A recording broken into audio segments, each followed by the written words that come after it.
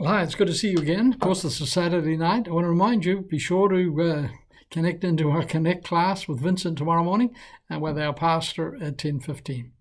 Okay, we're dealing with a theme and a moral for this particular psalm. We're looking at Psalm 6 tonight, and it's what's known as a penitential psalm. There are 7 penitential psalms, psalms of sorrow, psalms of conviction, confession, that David has, and this is the first of those. And there's just 2 paragraphs in the Hebrew text, and the first is verses 1 through 7. So let me read that, and he's talking here about how you can overcome failure, and so it's important. I'm sure you'd be willing to, I hope you'd be willing to admit that you made some mistakes and you failed, but some of these things can get a grip on our life. They can become a habit that will destroy us. So he's talking here, the theme here is overcoming failure. And I hope I'm going to give you a few quick ideas to help you with that. But look at verses 1 through 7. O Lord, do not rebuke me in thine anger, nor chasten me in thy wrath. Be gracious to me, O Lord, for I am pining away. Heal me, O Lord, for my bones are dismayed. Interesting statement. And my soul is greatly dismayed. But thou, O Lord, how long? How long will I be this way? Return, O Lord, and rescue my soul. Save me because of thy loving kindness. Never forget, God is loving and kind. For there is no mention of thee in death. In hell, who will give thee thanks? Of course, no one. I'm weary with my sighing. Every night I make my bed swim. I dissolve my couch with my tears. My eye has wasted away with grief. You ever felt like that? That you're just so overcome that you don't know whether you'll ever get over the grief. I've had people say that to me, and it's rather sad. It need not be that way. And then the last part of verse 7, it has become old because of my adversaries.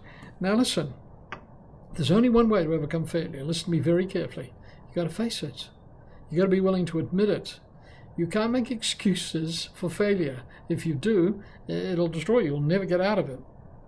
And it's not that you haven't failed or I haven't failed, but remember, when it comes to failure, excuses don't help. You've got to be honest, you've got to be transparent, you've got to face it. But remember, where's the place to start? Now, let me tell you where the place is to start dealing with failure. Right now, right here. Don't put it off to tomorrow. But you know why? Tomorrow never comes. Best place to start to deal with failure is right here. Right now. And that's what David's saying. That's why he's saying, I bring my penitence.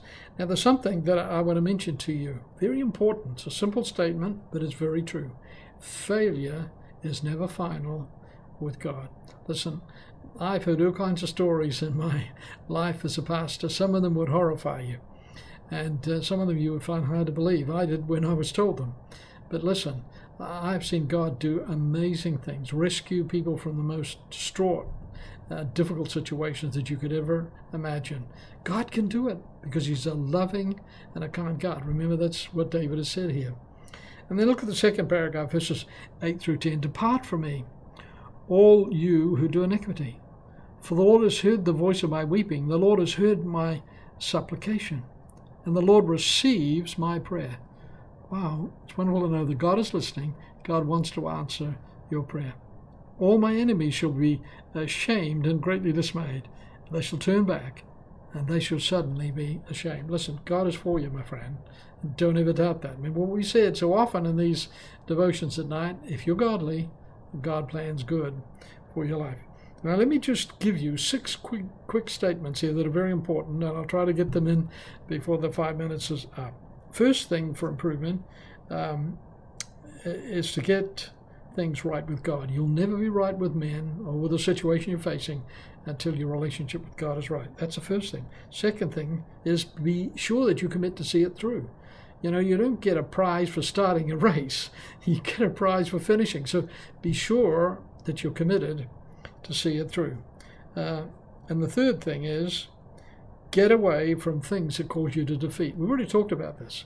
Stay away from people who cause you to defeat. Stay away from places that will weaken you and temper you. And watch the practice of your life.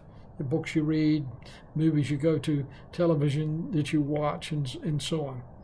The fourth thing is this: seek good advice from trusted godly counselors. Repeatedly, we find that in the Bible. 6, keep praising God and believe in success. Philippians 4:4, Paul in jail said, I rejoice, and again I'm going to rejoice. I said that was the 6th, that was the 5th. The 6th thing is this: try to find an accountability partner that can help to hold you accountable. Okay, what's the theme then for this Psalm 6? Overcoming failure. And what's the moral? Failures can do one of two things. They can build you or break you. And you know what the answer is? It's faith and focus. Keep your focus on God and your faith in the Lord. Okay, I know that was rather quick. I hope that will be helpful to you. Look forward to seeing you tomorrow night, Sunday night. Trust that you'll have a great Lord's Day. God bless.